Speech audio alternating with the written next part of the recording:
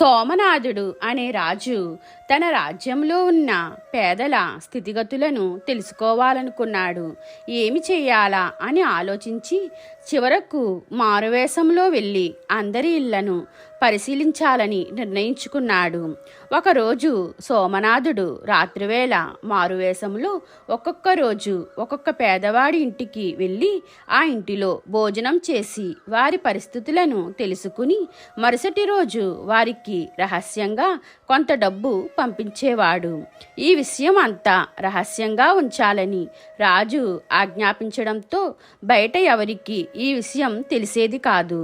అయితే సోమన్న అనే పేదవాడికి అంతఃపురంలో పనిచేసే ఒక సేవకుడి ద్వారా ఈ విషయం మొత్తం తెలిసిపోయింది. రాజు ఏ రోజు తన ఇంటికి వస్తాడో కూడా తెలుసుకున్నాడు.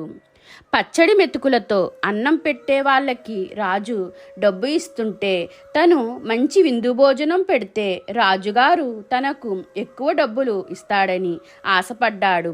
వెంటనే అప్పు చేసి విందు భోజనానికి సరిపడా విందు తయారు చేయించాడు.